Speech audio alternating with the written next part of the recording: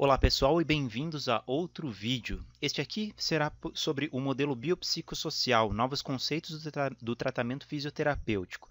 Muito bem, essa foi uma palestra que eu dei semana passada no 19º Congresso de Medicina Psicossomática, aqui no Rio Grande do Sul, na cidade de Caxias. Muito bem, sobre o que falamos neste congresso e nessa palestra. Inicialmente, eu fiz uma breve apresentação. Então, meu nome é Jonas Manha Bosco, sou fisioterapeuta e trabalho na cidade de Erechim, Rio Grande do Sul. Trabalho em consultório próprio chamado Atlas e também trabalho para uma empresa chamada FBA, que presta cursos para fisioterapeutas e educadores físicos. Mais para frente, eu vou falar um pouquinho mais sobre ela. Muito bem. Como vamos começar a nossa palestra? Eu acho que uma boa forma da gente começar seria falando mais ou menos o que o Raul Seixas disse, começando há 10.000 anos atrás, quando houve uma grande mudança nos estilos de vida da humanidade. No fim do período paleolítico para o neolítico e início do neolítico, houve uma transição do estilo de vida caça e coleta para um estilo de vida mais agrícola, que seria o início da Revolução Agrícola. No que culminou, né, esta mudança? Muito bem, quando o ser humano vivia de caça e coleta, ele vivia em grupos menores e se movimentava constantemente, porque ele era nômade ainda naquela época.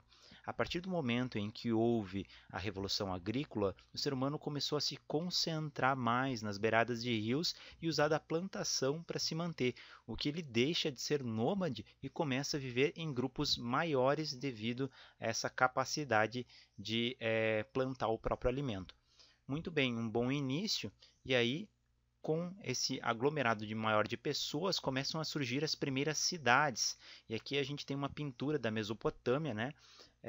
Que seria uma das primeiras cidades em que o ser humano já começa a viver em grupos maiores, tendo capacidade para agricultura, drenagem de água, né? Alguns sistemas que já não havia, que eram novidade naquela época.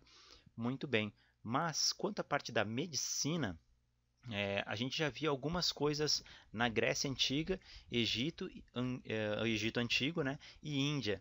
Eu falo dessas três civilizações porque, assim, gente, elas foram as que mais influenciaram a medicina ocidental, né? Nós temos a medicina tradicional chinesa, mas ela, nessa época especificamente, ela não teve tanta influência no que a gente teve no Ocidente. Tanto que a gente vê que a medicina tradicional chinesa ela veio bem depois, né, para o Ocidente. Muito bem. E aí, a partir desse momento, a gente vê um grande desenvolvimento da medicina, mas principalmente do lado do Oriente ainda, né? E com a vinda das grandes cidades e desenvolvimento das primeiras questões de medicina, veio as primeiras doenças, né?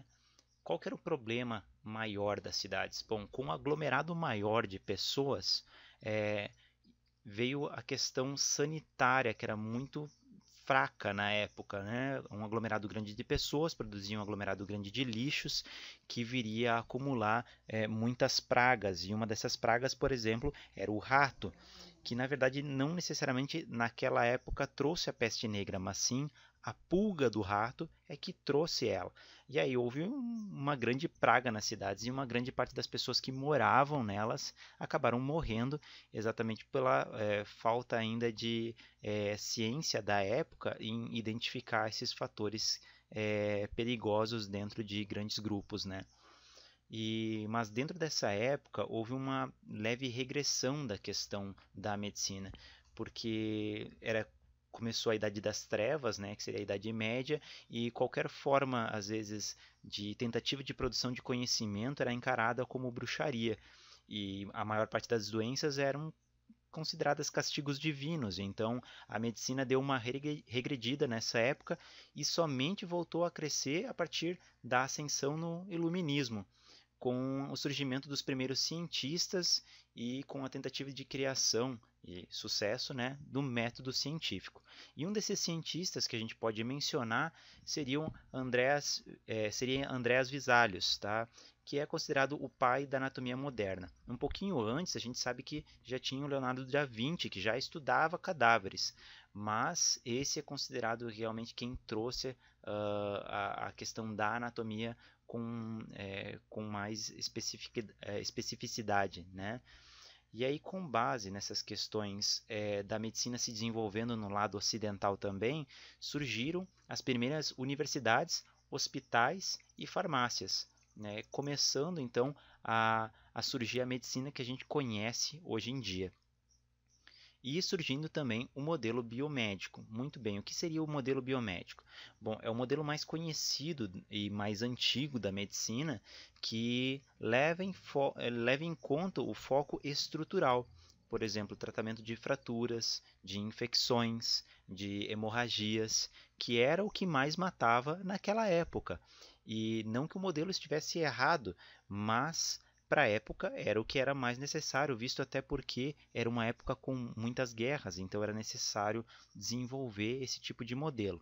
Muito bem, a partir dos anos 80, 70, 80, iniciou-se talvez um modelo um pouquinho mais complexo e mais útil para o desenvolvimento que estávamos passando naquela época, que seria o modelo biopsicossocial. O modelo biopsicossocial foi publicado em uma revista chamada The American Journal of Psychiatry, por George Liebman Engel, e ele comenta que talvez a gente tivesse que levar mais coisas em conta do que simplesmente a estrutura para tratar os pacientes. Para isso, neste artigo, ele menciona a hierarquia dos sistemas naturais. Muito bem, o que é a hierarquia dos sistemas naturais? Até certo ponto, as pessoas levavam em conta que as pessoas, né, os médicos levavam em conta que para tratar alguma disfunção ou alguma doença seria necessário tratar apenas os tecidos, né, o que tinha sido estruturalmente danificado. Engel ele comentou que talvez para algumas situações nós deveríamos levar em conta um aspecto mais amplo desse indivíduo, levando em conta a família que ele está incluído, a cultura, a sociedade e possivelmente até a biosfera. Para vocês entenderem um pouquinho mais do que ele quis dizer, eu trouxe aqui um estudo de caso de um paciente. Muito bem, o paciente Marcos, sexo masculino, 50 anos, não pratica exercícios, tem uma dieta com muita comida processada, carboidrato e açúcar, vive em um local sem muito espaço para se mover. Marcos tem mostrado problemas cardíacos na ultrassonografia, está com sobrepeso, excesso de açúcar no sangue e histórico de problemas cardíacos na família. Além disso, tem se sentido muito depressivo nos últimos anos, nos últimos tempos, sonolento e sem muita energia. Muito bem. Aí o Marcos ele mudou sua dieta alimentar, diminuiu o açúcar e os carboidratos, está comendo mais verduras e vegetais, se mudou para um lugar maior e atualmente seu índice de diabetes caiu, perdeu peso e está se sentindo melhor e se movimenta mais. Muito bom, talvez um caso mais ou menos conhecido de todo mundo, né? Porque é razoavelmente comum na nossa sociedade a gente viver isso. E geralmente a mudança de hábitos gera um resultado muito positivo para esse paciente. É mais ou menos isso que o Engel quis falar. O detalhe desse caso é que talvez o nome desse paciente não seja Marcos, mas na verdade Macolo. E o Macolo era um gorila do zoológico de Cleveland, nos Estados Unidos, e ele tinha um sobrepeso, ele estava depressivo, diabético e ele era cardiopata. E com essa mudança dos hábitos e até entendendo em que tipo de biosfera ele deveria estar inserido, não na biosfera de comida artificial, mas sim uma comida específica para o tipo de espécie que ele tem, com um ambiente específico para o tipo de espécie que ele resolveria muitas das questões das disfunções e doenças dele. Então, o modelo biopsicossocial seria para ter uma visão mais ampla do que acontece com o paciente. Outro caso, então, seria do Mr. Glover, o cardiopata medroso. Esse é um estudo com um homem, que foi esse o Engel que publicou, 55 anos, casado, homem de negócios, trazido na emergência do hospital, né, com os mesmos sintomas de alguns meses atrás, quando teve um infarto do miocárdio. Muito bem, o que aconteceu com o Sr. Glover? Algum tempo atrás ele teve um infarto e aí o médico falou: existem chances de haver outros infartos além deste. O senhor precisa tomar as devidas providências. Isso foi o que o médico falou. O que o Sr. Glover ouviu?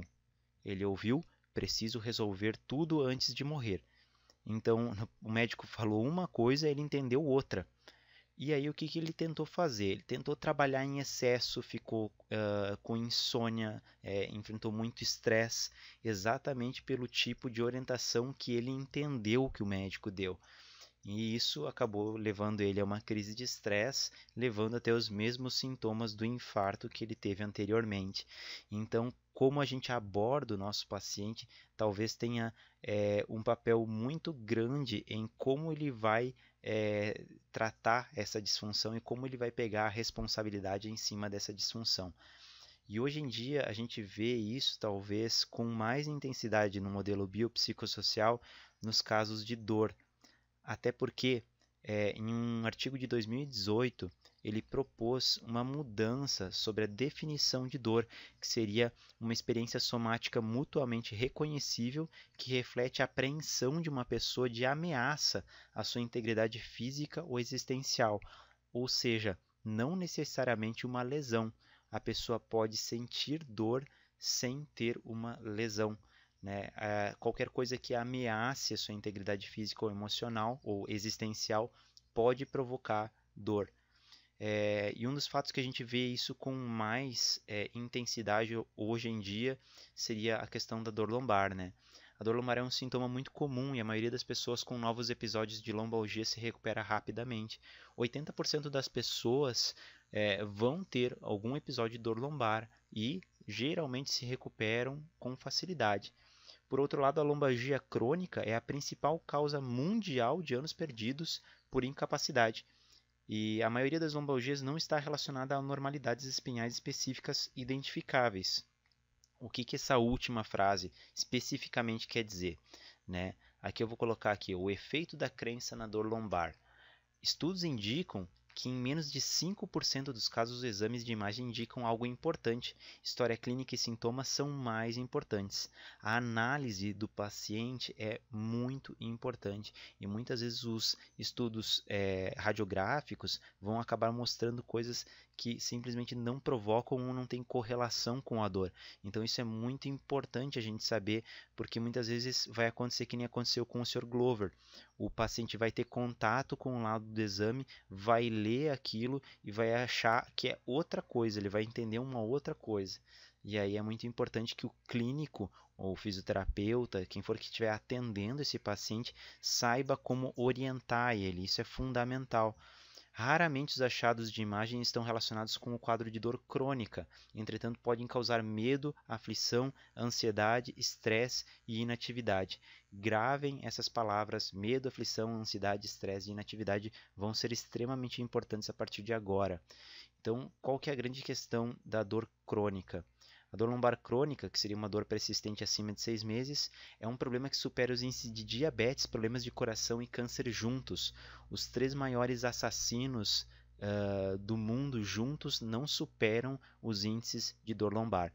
A doença é associada com modificações do sistema nervoso central, ou seja, existem algumas associações, a gente não sabe, não pode dizer se isso é causa ou não, mas estão associados a alterações do sistema nervoso central. Então, talvez as alterações de coluna não sejam na dor lombar crônica, ok? Tão importantes quanto as questões de sistema nervoso central. A gente vê sensibilização de áreas somatosensoriais no cérebro e alterações da neuromatriz da dor por alterações comportamentais, emocionais, sociais e cognitivas. Muito bem, agora eu vou abordar mais essas questões aqui últimas para a gente conseguir se localizar um pouquinho melhor. Quais que são os fatores biopsicossociais na dor crônica? Muito bom. Para facilitar o entendimento, eu sou uma pessoa que gosta muito de cinema, então eu vou colocando as figurinhas aqui, talvez fique mais fácil para vocês lembrarem o que significa cada coisa, ok? A catastrofização é uma ruminação, pressão e desamparo que os pacientes têm sobre sua capacidade de controlar a dor.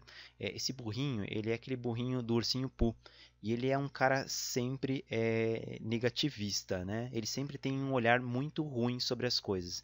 Então ele sempre, tudo que ele vai fazer, ele acha que vai dar errado, né? Ele sempre vê as coisas pelo lado negativo e ele tem uma tendência a sempre acreditar que a pior coisa possível vai acontecer. Então sempre vai acontecer uma catástrofe, né? Então, isso seria uma catastrofização. Pacientes com dor lombar têm tendência a acreditarem que o movimento vai machucar, que se eles caminharem mais vai provocar dor lombar. Eles têm muita correlação com o fato de que a coluna pode estar provocando um dano estrutural, quando na verdade, na maioria das vezes, não é. Raiva, né? Lembrem do incrível Hulk. Por exemplo, pacientes que desenvolvem dor crônica após um acidente de carro não apresentam raiva na fase aguda, mas desenvolvem-se ao longo da fase de transição para a cronicidade, com um aumento acentuado dos níveis no estágio crônico. É aquele negócio, né, gente? Você inicialmente não desenvolve a raiva por estar com dor, mas bastante tempo com dor começa a passar uma irritação. Então, são fatores que você vai ver quando o paciente está começando a cronificar. O medo. Com base em experiências anteriores, os pacientes podem ficar com medo e começar a evitar movimentos potencialmente dolorosos.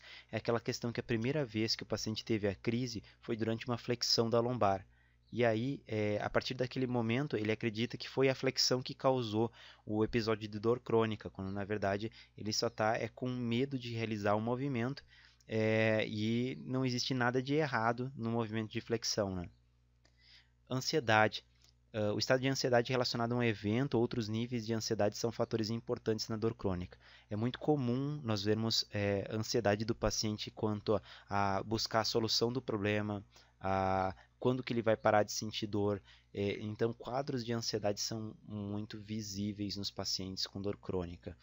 Depressão, né? Fisioterapeutas não são treinados para diagnosticar depressão ou outros estados psicológicos, mas devem estar cientes da sua existência e papel em pacientes com dor. Na verdade, existe um estudo, não é esse que está aqui no slide de 2016, é um outro feito com em torno de 1.700 jovens australianos de 17 anos. E eles tentaram correlacionar a dor no pescoço com alterações de postura e estados de depressão. E eles não conseguiram correlacionar a dor com postura, mas conseguiram correlacionar dor com depressão. Então, por existir essa correlação dor-depressão, a gente precisa ficar muito de olho nos pacientes que possuem dor crônica e estejam passando ou precisem passar por um tratamento de depressão. De estresse, né? Não seria o estresse, seria o distresse, né? Que é sugerido o rastreio de transtornos de estresse pós-traumático. Lembra do Rambo, né? Esse é o primeiro Rambo, né? Que ficava assim extremamente estressado quando via coisas que lembravam a guerra. Então, às vezes o paciente se sente muito estressado quando vê coisas correlacionadas com a dor dele. Então, eventos traumáticos prévios podem fazer o paciente reviver esse evento e trazer a dor de novo, né? Ou manter essa questão da ansiedade em cima da dor. E fatores sociais, aqui temos o náufrago, né? Lembra que ele pegou a bolinha ali e fez de conta que era uma pessoa para não enlouquecer. Pois é, fatores sociais e ambientais que causam estresse ou desequilíbrio na identidade do paciente podem ter efeitos negativos sobre a dor do paciente, seja na relação conjugal, com amigos, no trabalho, com a família.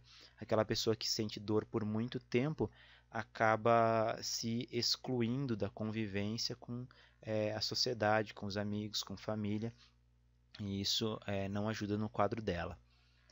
Muito bom. A avaliação no paciente com dor crônica vai levar em conta alguns fatores. Primeiro, obviamente, uma boa anamnese. E para uma boa anamnese a gente precisa realmente retirar a possibilidade de red flags, que seriam questões que indicam alguma coisa mais grave ou uma emergência ou a presença de algum tumor, né? Saber avaliar. As yellow flags seria o que a gente comentou antes dos fatores psicossociais associados. É importante fazer o exame físico para correlacionar que não seja algo estrutural, né? Então, um exame físico muito bem feito. E para as questões biopsicossociais, existem questionários específicos que a gente pode fazer para tentar ver se existe correlação maior com as questões psicossociais do paciente. Para isso, existem questionários muito bons e, inclusive, esses três que são já validados pela literatura estão em português. e você consegue facilmente na internet. Então vale muito a pena porque já são questionários já bem validados, bem seguros para se usar. Então o Starback Tool, o questionário de catastrofização e o questionário de medo evasivo. Esse medo evasivo fui eu que inventei, tá? Porque é questionário Fear Avoidance, tá? Fica mais fácil eu achei que ficaria mais fácil de apresentar. Aqui eu tenho um exemplo do Starback Tool, assim, ó, é 9 perguntinhas, gente, é bem fácil de realizar o questionário, você pode fazer até no próprio consultório.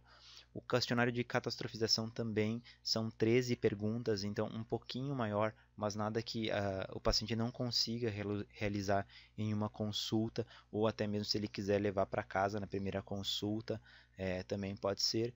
E o Fear Avoidance talvez um pouco maior, mas também 16 perguntas, bem facinho de fazer.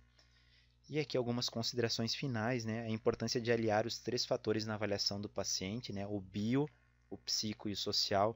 Então é o que a gente fala, não esqueçam do bio, afinal é o principal, principalmente o que o fisioterapeuta avalia. Então tem questões estruturais que são necessárias serem avaliadas, avaliem isso também. A importância do trabalho multidisciplinar, né? Se precisar encaminhar para o psicólogo, encaminha, tá? É ele que vai saber tratar as questões psicológicas do paciente. Se precisar encaminhar para algum médico específico, porque viu algum sinal mais direcionado para uma área mais específica, encaminhem, tá? É necessário, porque o fisioterapeuta não consegue fazer tudo, e é importante de atualizar as ciências da saúde, afinal, a gente tem aí uma ciência que tem se desenvolvido bem nessa área, mas os fisioterapeutas têm usado muito pouco, e talvez essa última vale a pena a gente fazer uma consideração maior, porque embora os fisioterapeutas tenham um excelente respaldo para prescrever exercícios, pesquisas na Suíça, Estados Unidos e Austrália mostram altos índices de uso de eletrotermoterapia, técnicas as quais as evidências mostram ineficácia. Gente, se a gente é tão bom em prescrever exercício, e se o exercício faz tão bem, por que a gente usa técnicas que são ineficazes para tratar os nossos pacientes? Então, talvez a ideia daqui seja trazer um conteúdo mais baseado em evidência e poder trazer a prática clínica do fisioterapeuta para algo mais eficaz. E os pacientes com dor lombar geralmente recebem o tratamento errado. O exagero na prescrição de cirurgias, medicamentos e exames de imagem apenas atrapalha a melhora do paciente. E se isso ainda não fosse suficiente, a falta de informação e atualização dos profissionais de saúde é muito grande e o conhecimento científico não é aplicado na prática.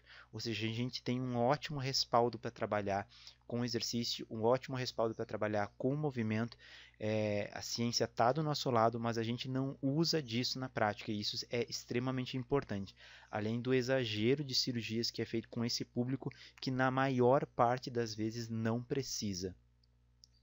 Agora, gente, eu vou deixar algumas dicas de um pessoal que vocês podem seguir nas redes sociais, que é um pessoal bem legal, que talvez possa ajudar a seguir, a manter, às vezes, atualizado sobre esse tipo de conhecimento. Um desses grupos seria o pessoal do Pesquisa em Dor, que sempre traz muitas novidades com relação a pesquisas sobre dor lombar, dor em geral, na verdade, são ótimos pesquisadores, né?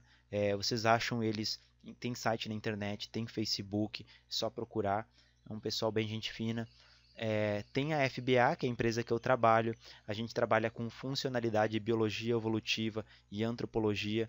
Temos cursos no Brasil inteiro. Trabalhamos principalmente com a área de movimento, revisão de ciência básica, tudo baseado na melhor evidência possível para trazer para você o melhor tipo de abordagem e mais eficaz para o seu consultório, para a sua academia, para o seu estúdio, enfim, para o que você precisar.